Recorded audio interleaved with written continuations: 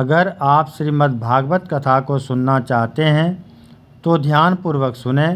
साथ ही एक आग्रह करूंगा कि जिस तरह से आप किसी को वस्तु या पैसे दान करते हैं, ठीक उसी प्रकार मेरे भागवत ज्ञान चैनल को लाइक सब्सक्राइब करने से मुझे एक बड़ा दान मिल जाएगा और अगली अध्याय को सुनने या पढ़ने के लिए घंटी पर जाकर ऑल कर दें और कथा का आनंद लें। किसी भी दूसरे अस्त्र में दबा देने की शक्ति नहीं है।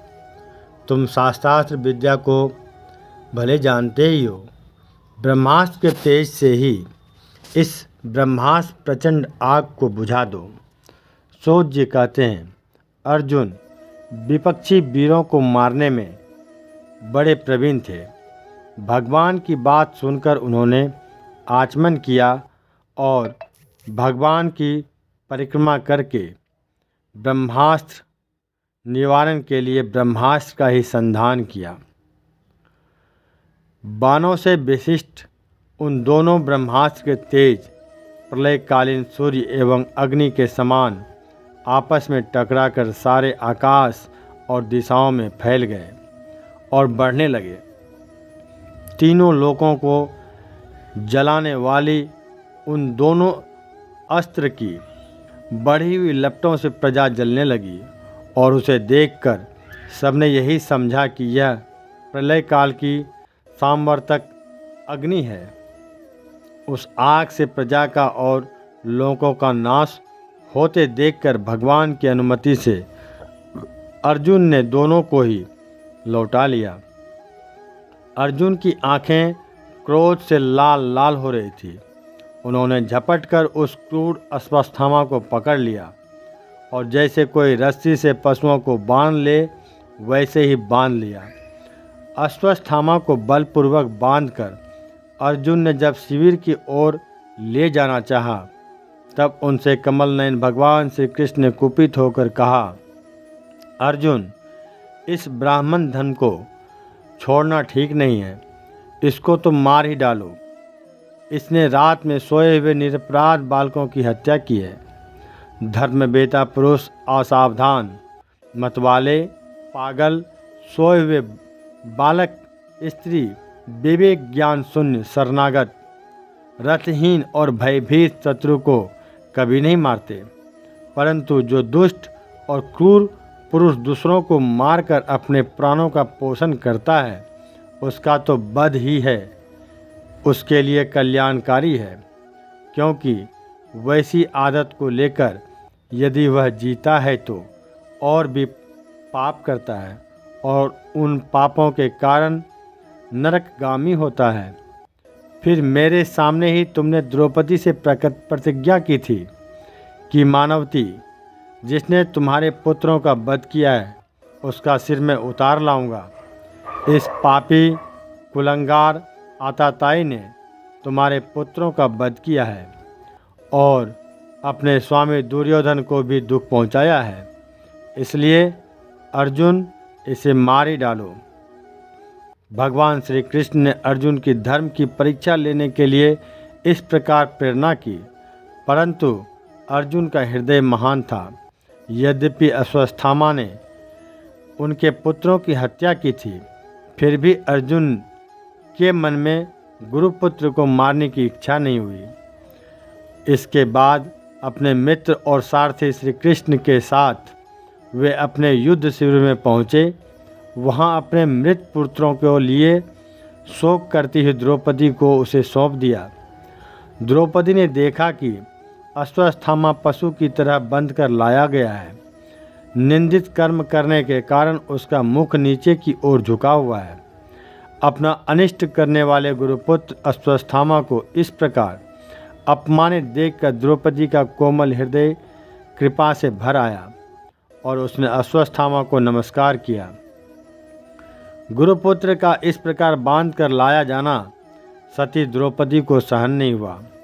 उसने कहा, छोड़ दो इन्हें, छोड़, ये ब्राह्मण है, हम लोगों के अत्यंत पूजनीय हैं, जिनकी कृपा से आपने रहस्य के साथ सारे धनुर्वेद और प्रयोग तथा उपसंहार के साथ संपूर्ण शास्त्रों का ज्ञान प्राप्त किया है। वे आपके आचार्य द्रोण ही के पुत्र के रूप में आपके सामने खड़े हैं। उनकी अर्धांगिनी कृपि अपनी वीर पुत्री की ममता से ही अपने पति का अनुगमन नहीं कर सकी। वे अभी जीवित हैं। महाभाग्यवान आर्यपुत्र, आप तो बड़े धर्मज्ञ हैं। जिस गुरुवंश की नित्य पूजा और वंदना करनी चाहिए, उसी को व्यथा पहुंचाना आपके योग्य कार्य नहीं है। जैसे अपने बच्चों के मर जाने से मैं दुखी होकर रो रही हूँ और मेरी आँखों से बार बार आंसू निकल रहे हैं, वैसे ही इनकी माता पतिव्रता गौतमी ना रोए। जो उच्छृंखल राजा अपने कुकृत्यों से ब्राह्मण कुल को कुपित कर देते हैं, वह कुपित ब्राह्मण कुल उन राजाओं को परिवार शोकाग्नि में डालकर शीघ्र ही भस्म कर देते हैं। सूत जी ने कहा, शौनकादि ऋषियों, द्रौपदी को बात धर्म और न्याय के अनुकूल थी। उसमें कपट न था, करुणा और समता थी। अतएव राजा युधिष्ठिर रानी के इन हित भरे श्रेष्ठ वचन का अभिनंदन किया। साथ ही नकुल, सहदेव, सात्यक, अर्जुन, स्वयं भगवान श्री कृष्ण और वहाँ पर उपस्थित सभी नर नारायण ने द्रौपदी की बात का समर्थन किया। उस समय क्रोधित होकर भीमसेन ने कहा, जिसने सोते हुए बच्चों को न अपने लिए और न अपने स्वामी के लिए बल्कि व्यर्थ ही मार डाला, उसका तो वध ही उत्तम है। भगवान श्री कृष्ण द्रौपदी और भीमसेन की बात सुनकर और अर्जुन की ओर देखकर कुछ हंसते हुए से कहा। भगवान श्री कृष्ण बोले, पतित ब्राह्मण का भी वध नहीं करना चाहिए और आताताई को मार ही डालना चाहिए। शास्त्रों में मैंने ही ये दोनों बातें कही है, इसलिए मेरे दोनों आज्ञाओं का पालन करो।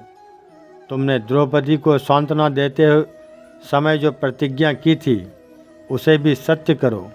साथ ही भीमसेन, द्रौपदी और मुझे जो प्रिय हो वह भी करो।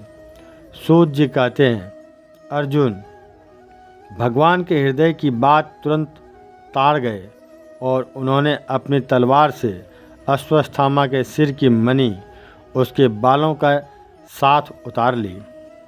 बालकों की हत्या करने से वह श्रेयहीन तो पहले ही हो गया था, अब मणि और ब्रह्मतेज से भी रहित हो गया। इसके बाद उन्होंने रस्सी का बंधन खोलकर उसे शिविर से निकाल दिया। मुंड देना, धन छीन लेना और स्थान से बाहर निकाल देना, यही ब्राह्मण धर्मों का वध है। उनके लिए इससे भिन्न शारीरिक वध का विधान नहीं है। पुत्रों की मृत्यु से द्रौपदी और पांडव सभी शोकातुर हो रहे थे। अब उन्होंने अपने मरे हुए भाई बंधुओं की दाहादी अंत्येष्टि क्रिया की। इस तरह से 7वां अध्याय समाप्त हुआ। दोस्तों, आपको कथा अच्छी लगी हो तो भागवत ज्ञान चैनल को सब्सक्राइब करें, लाइक करें और अगली कथा सुनने के लिए चैनल को बेल आइकन ऑल पर जाकर प्रेस कर दें। धन्यवाद।